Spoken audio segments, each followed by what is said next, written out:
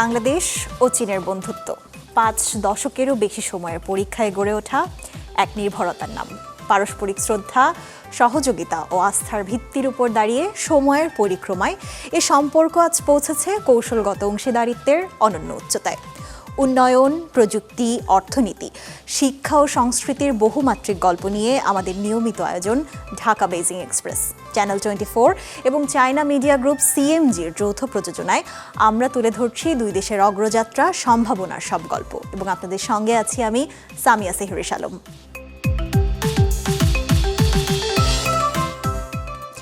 বাংলাদেশের প্রধানমন্ত্রী তারেক রহমানের প্রথম রাষ্ট্রীয় চীন সফর ঘিরে দুই দেশের সম্পর্কের নতুন সম্ভাবনার দুয়ার খুলেছে। 3 দিনের এই সফরে চীনের প্রেসিডেন্ট ও প্রধানমন্ত্রী সহ ব্যবসায়ী প্রতিনিধিদের সঙ্গে তিনি গুরুত্বপূর্ণ বৈঠক করেছেন। সফরকালে উভয় দেশের মধ্যে বেশ কয়েকটি সমঝোতা স্মারক স্বাক্ষরিত হয়। পাশাপাশি ইনভেস্ট বাংলাদেশ সম্মেলনে অংশ নিয়ে চীনা বিনিয়োগকারীদের বাংলাদেশের ক্রমবর্ধমান অর্থনীতি, অবকাঠামো উন্নয়ন এবং বিনিয়োগ বান্ধব পরিবেশের সুযোগ কাজে লাগানোর আহ্বান জানান প্রধানমন্ত্রী।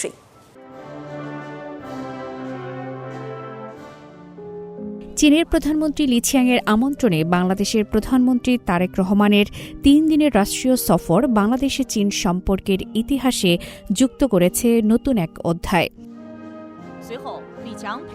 বিশ্ব অর্থনৈতিক ফোরামের সামার দাভোস সম্মেলনে অংশগ্রহণ শেষে তিনি বেইজিং পৌঁছালে গ্রেট হল অব দ্য পিপলে তাকে দেওয়া হয় লাল গালিচা সংবর্ধনা ও উষ্ণ রাষ্ট্রীয় অভ্যর্থনা। তোপধ্বনি, সশস্ত্র বাহিনীর গার্ড অব অনার ও প্যারেড পরিদর্শনের মধ্য দিয়ে শুরু হয় সফরের আনুষ্ঠানিকতা। এই সফরের অন্যতম প্রধান আকর্ষণ ছিল চীনের প্রেসিডেন্ট শি জিনপিং এবং প্রধানমন্ত্রী লি ছিয়াংয়ের সঙ্গে বাংলাদেশের প্রধানমন্ত্রীর শীর্ষ বৈঠক।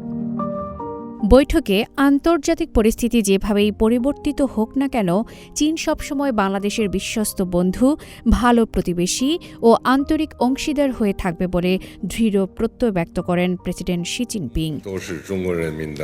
চীন বাংলাদেশের নতুন সরকারের সুশাসন সমর্থন করে এবং বাংলাদেশের সাথে উচ্চমানের বেল্ট অ্যান্ড রোড সহযোগিতা গড়ে তুলতে, উন্নয়ন কৌশল সমন্বয় করতে, উন্নয়নের অভিজ্ঞতা বিনিময় করতে, চিকিৎসা, সংস্কৃতি, শিক্ষা এবং স্থানীয় পর্যায়ের বিনিময় পরিচালনা করতে, চীন মিয়ানমার বাংলাদেশ অর্থনৈতিক করিডোর নির্মাণ এগিয়ে নিতে এবং আঞ্চলিক সংযোগ জোরদার করতে চায়। বৈঠকে চীনের প্রধানমন্ত্রী স্পষ্ট ভাষায় জানান, বাংলাদেশের জাতীয় বাস্তবতার সঙ্গে সামঞ্জস্যপূর্ণ উন্নয়ন পথ এবং নতুন সরকারের শাসন কার্যক্রমে বেইজিংয়ের সমর্থন থাকবে অবিচল। বাংলাদেশ ও চীনের মধ্যে কৌশলগত পারস্পরিক আস্থা আরও সুদৃঢ় করতে, বাস্তবভিত্তিক সহযোগিতা সম্প্রসারণ করতে এবং দুই দেশের জনগণের জন্য আরও বেশি কল্যাণ বয়ে আনতে চীন প্রস্তুত রয়েছে। একই সাথে চীনের সঙ্গে সম্পর্ক উন্নয়নকে বাংলাদেশের পররাষ্ট্রনীতির অন্যতম অগ্রাধিকার হিসেবে উল্লেখ করেন প্রধানমন্ত্রী তারেক রহমান। চীনের সঙ্গে সম্পর্ক উন্নয়ন বাংলাদেশের পররাষ্ট্রনীতির অন্যতম অগ্রাধিকার। বাংলাদেশ দৃঢ়ভাবে এক চীন নীতি অনুসরণ করে এবং তাইওয়ানের স্বাধীনতা সংক্রান্ত যে কোনো ধরনের কর্মকাণ্ডের বিরোধিতা করে। কেবল কূটনীতি নয়, এই সফরের সবচেয়ে বড় সাফল্য এসেছে অর্থনীতি ও কৌশলগত উন্নয়নে। দুই দেশের দ্বিপাক্ষিক বৈঠক শেষে সই হয়েছে ঐতিহাসিক 13টি সমঝোতা স্মারক, যার মধ্যে রয়েছে বিনিয়োগ সহযোগিতা, গ্রিন ডেভেলপমেন্ট, কারিগরি শিক্ষা এবং মানব সম্পদ উন্নয়ন। এছাড়াও বৈশ্বিক উন্নয়ন উদ্যোগ বা GDI এর অধীনে স্বাস্থ্য ও শিক্ষা খাতের উন্নয়ন এবং বাংলাদেশ থেকে জাতীয় ফল কাঁঠাল রপ্তানির বিষয়েও MOU স্বাক্ষরিত হয়। গণমাধ্যম খাতে দ্বিপাক্ষিক সহযোগিতা বাড়াতে সই হয়েছে আরও 4টি চুক্তি।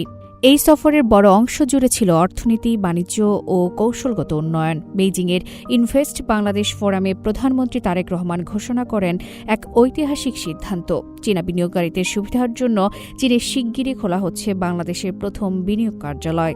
পাশাপাশি দেশের মানুষের দীর্ঘদিনের আকাঙ্ক্ষা তিস্তা মহাপরিকল্পনা নিয়ে চীনের পানি সম্পদ মন্ত্রী লি কুওইং এর সাথে বিশেষ বৈঠকে মিলেছে কারিগরি ও সর্বাত্মক সহযোগিতার আশ্বাস। চীনের শীর্ষ গাড়ি নির্মাতা প্রতিষ্ঠান চেরি গ্রুপের বিনিয়োগে বাংলাদেশে ইভি ও অটোমোবাইল শিল্পের নতুন দিগন্ত উন্মোচিত হতে যাচ্ছে এই সফরে। সফরের রাজনৈতিক দল স্তরে সহযোগিতা বৃদ্ধিতে বাংলাদেশের জাতীয়তাবাদী দল বিএনপি এবং চীনের কমিউনিস্ট পার্টি সিপিসির মধ্যে প্রথমবারের মতো একটি আনুষ্ঠানিক সমঝোতা স্মারক স্বাক্ষরিত হয়েছে। 3 দিনের এই রাষ্ট্রীয় সফর কেবল দুই দেশের কূটনৈতিক সম্পর্কই জোরদার করেনি, বরং বাংলাদেশের অর্থনৈতিক রূপান্তর এবং আন্তর্জাতিক অঙ্গনে এক নতুন শুভ সূচনার দুয়ার খুলে দিয়েছে। চীনের উত্তর পূর্বাঞ্চলের উপকূলীয় শহর তালিয়ানে শেষ হল বিশ্ব অর্থনৈতিক ফোরামের 17তম বার্ষিক সভা, যা সামার দাভোস নামে পরিচিত। বৃহৎ পরিসরে উদ্ভাবন এই প্রতিপাদ্যকে সামনে রেখে আয়োজিত সম্মেলনে চীনের প্রধানমন্ত্রী লি সিয়াং বলেছেন, প্রযুক্তি ও উদ্ভাবনই হবে ভবিষ্যৎ, অর্থনৈতিক প্রবৃদ্ধির সবচেয়ে বড় চালিকা শক্তি। বিশ্ব নেতাদের এই মিলন মেলায় অংশ নিয়েছেন বাংলাদেশের প্রধানমন্ত্রী তারেক রহমানও।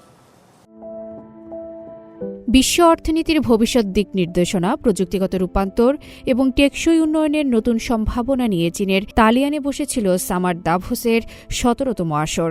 উদ্বোধনী প্লেনারি সেশনে চীনের প্রধানমন্ত্রী লি ছিয়াং বলেন, উদ্ভাবন শুধু নতুন প্রযুক্তি তৈরির বিষয় নয়, বরং অর্থনীতির দীর্ঘমেয়াদী স্থিতিশীলতা এবং উন্নয়নের ভিত্তি। 3 দিনব্যাপী এই আন্তর্জাতিক সম্মেলনে বাংলাদেশের প্রধানমন্ত্রী তারেক রহমান সহ গিনি, কাজাখস্তান, দক্ষিণ কোরিয়া, মঙ্গোলিয়া ও মন্টেনিগ্রোর প্রধানমন্ত্রী এবং বিশ্বের বিভিন্ন দেশ থেকে প্রায় 1800 প্রতিনিধি অংশ নেন। ফোরামে লি ছিয়াং বলেন, চীনের বর্তমান উদ্ভাবনী সক্ষমতা কোনো আকস্মিক অর্জন নয়। দীর্ঘদিনের গবেষণা, বিনিয়োগ, দক্ষ মানবসম্পদ উন্নয়ন এবং শিল্প খাতে প্রযুক্তির ব্যাপক প্রয়োগের ফলেই গড়ে উঠেছে একটি শক্তিশালী উদ্ভাবনী পরিবেশ। 2026 থেকে 2030 সালের 15তম পঞ্চবার্ষিক পরিকল্পনার সূচনা লগ্নেই চীনের অর্থনীতি তার অনন্য স্থিতিশীলতা, প্রাণশক্তি এবং বিশ্ব অর্থনীতির সঙ্গে গভীর সংযোগের প্রমাণ দিয়েছে। বর্তমানের অনিশ্চিত বৈশ্বিক পরিস্থিতিতে চীনের অর্থনৈতিক স্থিতিশীলতা একটি নিরাপদ আশ্রয়স্থল হিসেবে কাজ করছে। বিশ্ব অর্থনীতির ধীর গতির এই সময়ে প্রযুক্তিগত সহযোগিতা এবং উদ্ভাবনী অংশীদারত্ব বাড়ানোর আহ্বান জানান চীনের প্রধানমন্ত্রী। বিশেষ করে কৃত্রিম বুদ্ধিমত্তা বা এআই এর সুশাসন নিশ্চিত করতে দায়িত্বশীল ভূমিকা পালনের প্রতিশ্রুতি পুনর্ব্যক্ত করেন তিনি। এদিকে সম্মেলন চলাকালে আয়োজিত এক সংবাদ সম্মেলনে বাংলাদেশের প্রধানমন্ত্রীর উপদেষ্টা এবং প্রধানমন্ত্রীর কার্যালয়ের মুখপাত্র মাহাদি আমিন জানান, সামার দাভোসে অংশগ্রহণের মাধ্যমে বাংলাদেশ তার উন্নয়ন অগ্রযাত্রা, বিনিয়োগ সম্ভাবনা এবং জলবায়ু মোকাবিলার কৌশল বিশ্ব নেতাদের সামনে তুলে ধরেছে। কিভাবে দেশের মানুষের অগ্রযাত্রার পথে আরো ধাবিত করা যায়, এগুলি নিয়ে তাদের বিশদ আলোচনা হয়েছে।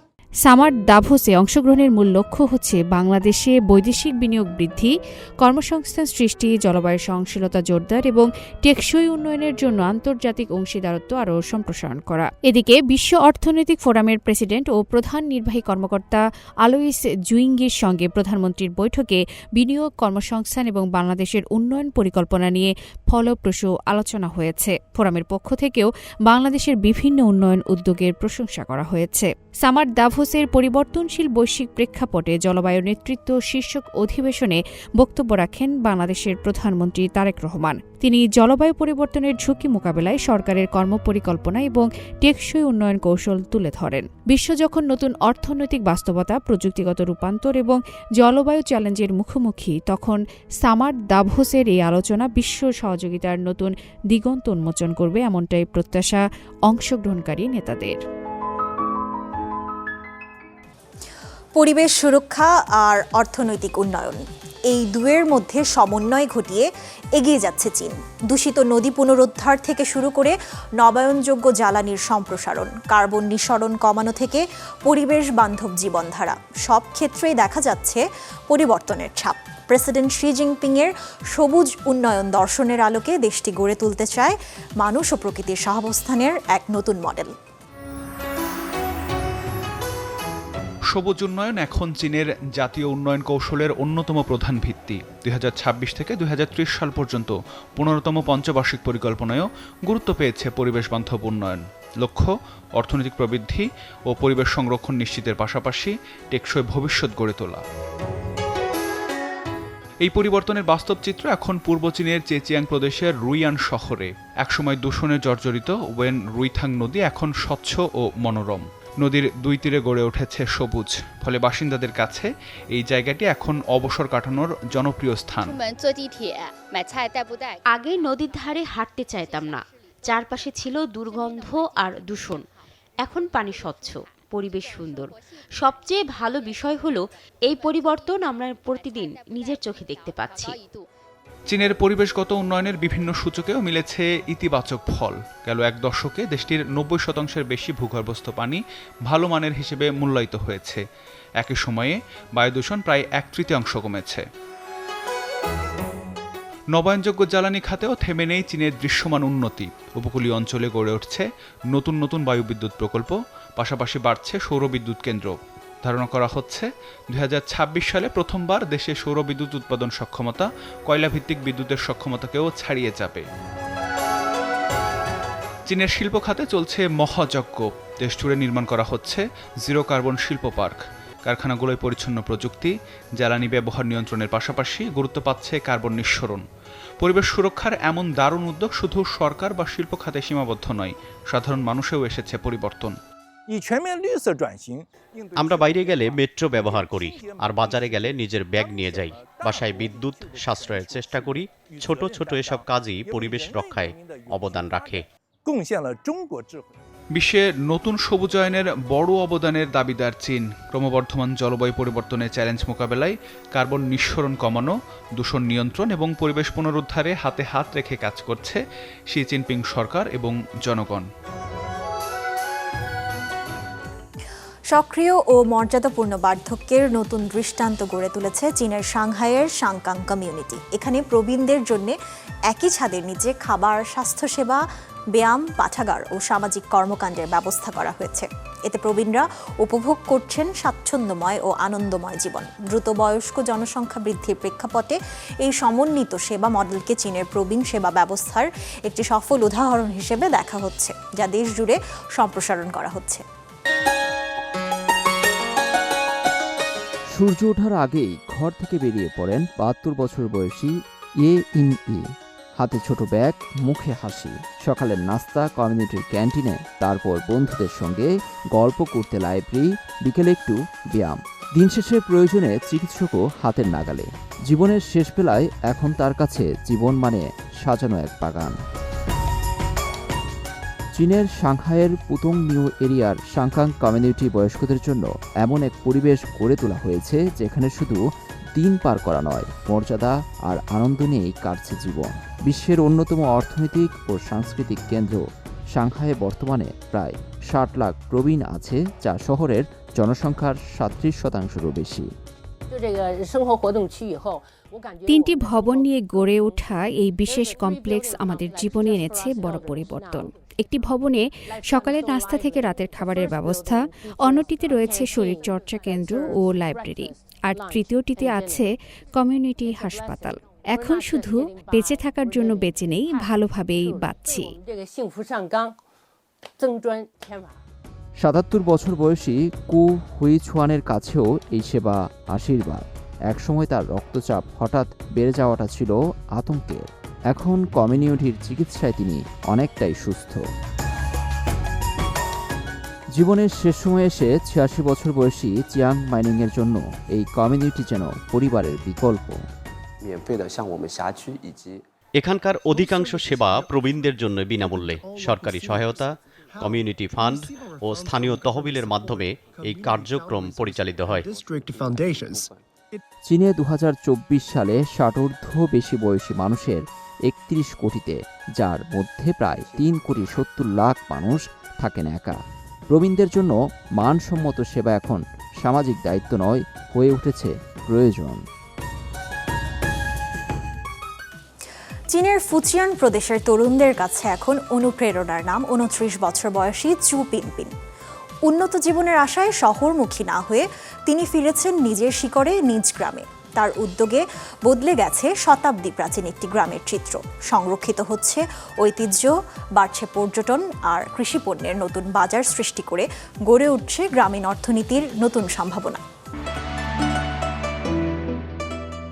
চীনের ফুজিয়ান প্রদেশের পাহাড় বেষ্টিত প্রাচীন হাক্কা গ্রাম ইয়ানসিয়াং 1000 বছরেরও বেশি ইতিহাস সমৃদ্ধ ও সাংস্কৃতিক ঐতিহ্যের ধারক এই গ্রাম। সেই ঐতিহ্যকে নতুন প্রজন্মের কাছে পৌঁছে দিতে এবং গ্রামকে নতুন করে প্রাণবন্ত করে তুলতে নিরলস কাজ করছেন 29 বছর বয়সী তরুণী চু পিনপিন।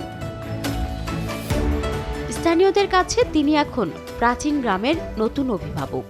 সবাই তাকে চেনে গ্রাম প্রধান চু পিনপিন হিসেবে। যখন গ্রামের অধিকাংশ তরুণ তরুণী কর্মসংস্থান ও উন্নত জীবনের খোঁজে শহরে পাড়ি জমিয়েছে, তখন চু বেছে নিয়েছেন ভিন্ন পথ। শহরের জীবন ছেড়ে ফিরে এসেছেন নিজের জন্মভূমিতে। আমাদের গ্রামের ইতিহাস 1000 বছরেরও বেশি পুরনো। এখানে রয়েছে অধরা সাংস্কৃতিক ঐতিহ্য ও বহু প্রাচীন স্থাপনা। এগুলো শুধু আমাদের গ্রামের সম্পদ নয়, বরং পুরো চীনের ঐতিহ্যের অংশ। গ্রামে ফিরে প্রথমেই তিনি হাত দেন ঐতিহাসিক স্থাপনা সংরক্ষণের কাজে।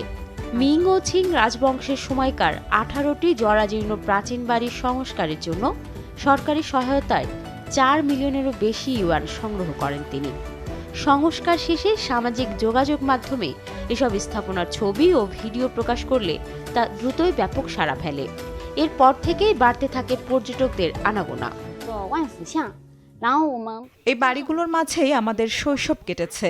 এগুলোর ভগ্নদশা দেখে খুব কষ্ট পেয়েছিলাম, তাই এগুলো সংরক্ষণ করাই ছিল আমাদের প্রথম লক্ষ্য। এগুলো আমাদের অতীতের স্মৃতি বহন করে।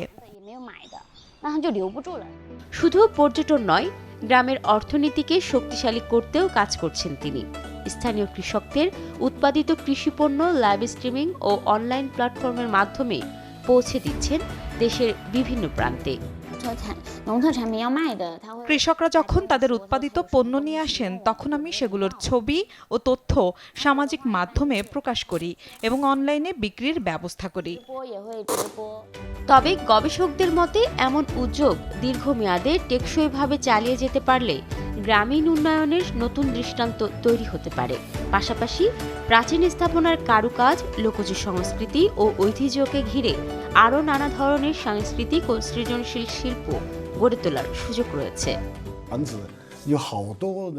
এই ঐতিহাসিক বাড়িগুলোকে খোদাই করা নকশা ও শিল্পকর্মকে সাংস্কৃতিক পণ্যে রূপ দেওয়া সম্ভব। এর মাধ্যমে বিশ্বের কাছে চীনের ঐতিহ্য ও সংস্কৃতিকে আরও আকর্ষণীয়ভাবে তুলে ধরা যাবে।